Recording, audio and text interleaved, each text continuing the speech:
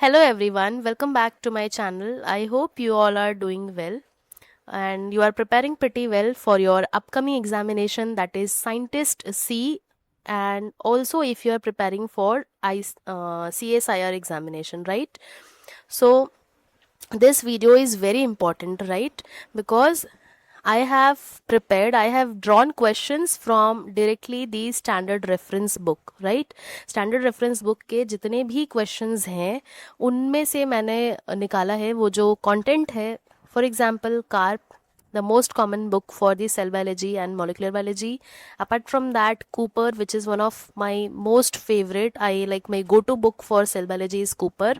So if you are preparing for any of the examination in which cancer is the mentioned syllabus, then this video is for you people, because I have drawn questions directly from the content provided related to cancer biology from Karp and Cooper. You can check it out line by line, right?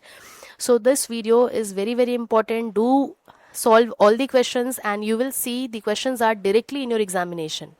So for this, I want you to hit the subscribe button, and also if you want me to make few more parts of it, I will be providing, right? So without further delay, let's start the video.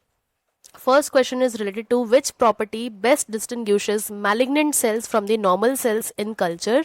And please excuse me for the voice because I am having severe cold and cough, so I am unable to do anything with it. Although I am using a mic, you will not getting any noise, right? So see, कौन सी ऐसी property है जो distinguish करता है malignant cell को अलग बनाता है नॉर्मल सेल से? Is it faster rate of mitosis, is it ability to undergo meiosis, loss of contact inhibition और increase dependence on growth factors? So the most important one is loss of contact inhibition, which is a normal process, like cell divide and spread across a space until they touch, right? Contact inhibition का मतलब क्या होता है?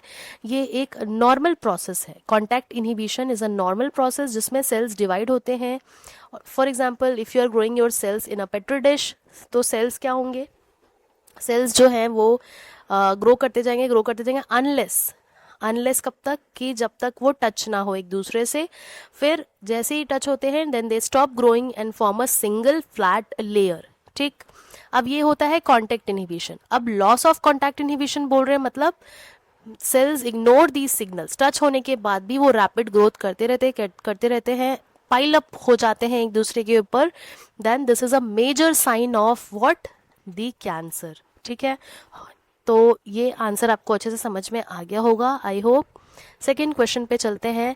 Normal cells grown in culture stop proliferating after forming a monolayer mainly due to what? Contact inhibition and depletion of growth factors. This is the right answer. अभी मैं समझा रही थी, पहला दूसरा क्वेश्चन एक दूसरे से रिलेटेड है कि जो नॉर्मल सेल्स हैं उनमें सिग्नल मिल जाता है जैसे ही वो टच होते हैं एक दूसरे से, एक फ्लैट लेयर बन गया है, मोनो लेयर बन गया है, तो उन्हें सिग्नल मिल गया है कि अब ग्रोथ रोक देना है. ठीक है, यही चीज़ मिस हो जाती है. That is why cancerous cell have the property of like they lack the property of contact inhibition. So इसीलिए हम बोलते हैं loss of contact inhibition is the property of cancerous cell. Now cancer cells can proliferate in a serum free medium because they have no nucleus. Their cell cycle becomes independent of growth factor signaling. They cannot respond to apoptosis. They possess diploid chromosomes. ठीक है, अब cancer cells can proliferate in serum free medium because obvious है उनका जो dependence है growth factor पे वो क्या हो जाता है? रिड्यूस हो जाता है. So they become independent of the growth factor signalling. So right answer is option B. यही सारे क्वेश्चंस आपको बी सेक्शन में देखने को मिलेंगे. और else if you are preparing for scientist C examination then also this is very important. Now the next question is, the immortality of many cancer cell is primarily associated with what? Increase in centrosome number, loss of mitosis, expression of telomerase or enhanced DNA repair. So it is because of expression of the telomerase, right? क्योंकि telomeres are meant to maintain the ends of the chromosome. Now aneuploidy in cancer cell is commonly caused by defect in the mitotic checkpoints. ठीक है, what are checkpoints? See, whenever we are crossing a road, we are always having some signals. ठीक है, signals है, traffic police है, ताकि हम कोई भी जो चेक पॉइंट्स है वो मिस ना करें. जो सिग्नल है हम वो फॉलो करें as it is, So for that we have a surveillance mechanism on the roads also. Likewise we are having some surveillance checkpoints in our body also to check कि जो cell division होते जा रहे constantly continuously, वो कहीं उसमें defect तो नहीं है. अगर डिफेक्ट होगा तो एक चेक पॉइंट हमें बता देगा ताकि वो आगे पास ऑन ना हो, वहीं के वहीं रिपेयर मैकेनिज्म स्टार्ट हो सके. And if repair is not possible, उन्हें क्या किया जा सके, उन्हें एपोप्टोटिक पाथवे की तरफ नेविगेट किया जा सके. ठीक है. So defects in mitotic checkpoint होगा तो कोई चेक करने वाला ही नहीं है, सो इसीलिए एनिप्लॉयडी होते जाएगा. Which hallmarks enable cancer cells to survive despite severe chromosomal abnormality. So resistant, अभी जस्ट मैंने बताया कि थोड़ी सी भी प्रॉब्लम चल रही है तो उसे अगर वो रिपेयर होने का उसमें चांस है, so they are sent to the repair mechanism of our body. But if they are lacking that repair chances, so they have been navigated towards the apoptotic pathway, but this is lacking in the cancer cell, right? Now the tendency of cancer cell to generate ATP through glycolysis even in the presence of oxygen is known as Warburg effect, right? Increased ATP production in the oxygen presence, right? Glycolysis is an anaerobic pathway, but cancer cells have tendency that even in the presence of oxygen they can synthesize the ATP, right? So this question was also asked in the scientist B examination. Now the major end product of glycolysis secreted by tumor cell is what? Lactate, right? Lactate जो है वो secrete होता है end product of glycolysis. ठीक है. Now ये जितने questions मैंने यहाँ किए हैं, you can see the level, ये direct आपके standard reference book से है. So these are very very important. Now wait, 9th question.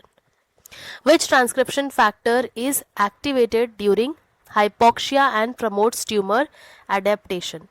What is the factor? So this is the important question for the CSIR B section. कौन सा transcription factor है जो activate होता है during hypoxia in the like low amount of oxygen and tumour adaptation को progress करता है ये? सो it is nothing but the HIF. ठीक है. HIF is one of the most important thing. HIF का फुल फॉर्म ही होता है hypoxia inducible factor. So it is basically a protein that will help the cell to survive when oxygen levels are very very low.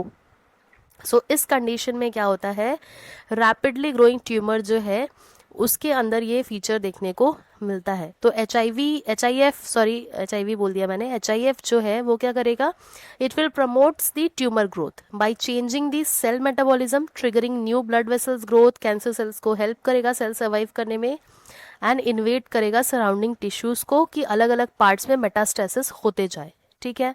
HIF is the answer. Now next one is Percival Pott is famous for discovery of P53, discovery of oncogene, first association between environmental exposure and cancer. So see, Percival Pott is famous for the work he have done related to occupational hazard. So he was the one who studied related to the first association between environmental exposure and cancer. ठीक है. तो इस type के नाम भी आपको पूछा जा सकता है, DBT के एग्जामिनेशंस में पूछा जा सकता है. Most carcinogenic chemical cause cancer because they increase ATP production, they stimulate telomerase directly, they alter the genome through mutations, they block protein synthesis. So they alter the genome through mutations. We know that different type of mutation is responsible for different kind of phenotype and therefore this is the causative factor for cancer. ठीक है. So answer क्या हो जाएगा, alter the genome through mutation, C. Now next one, which virus is most strongly associated with cervical cancer? HPV, human papilloma virus is known to cause the cervical cancer. ठीक है. So see, next one is Kaposi's sarcoma. Kaposi's sarcoma is associated with what? So Kaposi's sarcoma पे हमेशा questions आते हैं because this is a direct factual question. Kaposi's sarcoma is a type of cancer that originates in the blood or lymph vessels. ठीक है. इसमें क्या क्या होता है, इसमें पेनलेस पर्पल, रेड और ब्राउन कलर के लीशंस हो जाते हैं स्किन पे, माउथ में और इंटरनल ऑर्गन्स में. ठीक है. इसके लिए रिस्पॉन्सिबल कौन है, HHV8 virus is responsible and the causative agent. HHV stands for human herpes virus. ठीक है. सो ह्यूमन हर्पिस वायरस 8 ही रिस्पॉन्सिबल है, उसके इन्फेक्शन की वजह से ये चीज़ होती है, कापोसिस सार्कोमा। नाउ बर्किट लिम्फोमा, अगर कापोसिस पूछ सकता है तो बर्किट लिम्फोमा भी पूछ सकता है। So it is caused by EBV, Epstein Barr virus. Another one is Helicobacter pylori infection that increases the risk of what? Gastric lymphoma. Helicobacter pylori कहाँ इन्फेक्ट करेगा? गैस्ट्रोएंटेरोटाइटिस करता है, so it is related to gastric lymphoma. Now long term usage of aspirin reduces the colon cancer risk primarily by inhibiting COX-2. ठीक है, तो इसका क्या relationship है, क्यों ये ऐसा करता है? This is very very important. So aspirin जो है अगर आप लॉन्ग टर्म तक ले रहे हैं तो वो क्या करेगा? COX-2 को इनहिबिट करेगा। ठीक है, क्यों COX-2 को इनहिबिट करेगा?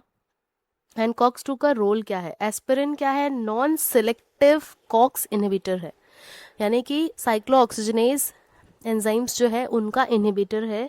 सो it works by irreversibly binding to the inhibiting both COX-1 and COX-2 enzyme. ठीक, अब जो एस्पिरिन है वो इरिवर्सिबली बाइंड करता है। ठीक है, तो COX-2 का जो है वो एस्पिरिन क्या करता है? वीकली इनहिबिट कर देता है COX-2 को as compare to COX-1। COX-2 जो है वो प्राइमरीली रिस्पॉन्सिबल होता है पेन के लिए, इन्फ्लेमेशन के लिए, तो इसीलिए साइक्लोऑक्सीजनेज 2 जो है वो एस्पिरिन उसको क्या करता है? रिड्यूस कर देता है कोलोन कैंसर के चांसेस को। Now next is most human cancers are monoclonal. ठीक है, now tumorigenesis is best described as a single step. क्या सिंगल स्टेप में ट्यूमर बनना पॉसिबल है? तो ये ऑप्शन को एलिमिनेट कर दो। A multi step accumulation of genetic alteration is the right answer. Exclusively inherited नहीं होते हैं, it is like acquired also. Independent of mutations तो हो ही नहीं सकते, तो ऑड वन आउट से भी कुछ क्वेश्चंस को आप सॉल्व कर सकते हो। Next one is mutation inherited from parents are called germ line mutations, तो इसका ऑपोजिट भी पूछ सकता है। Mutations acquired during an individual life time is known as somatic mutations.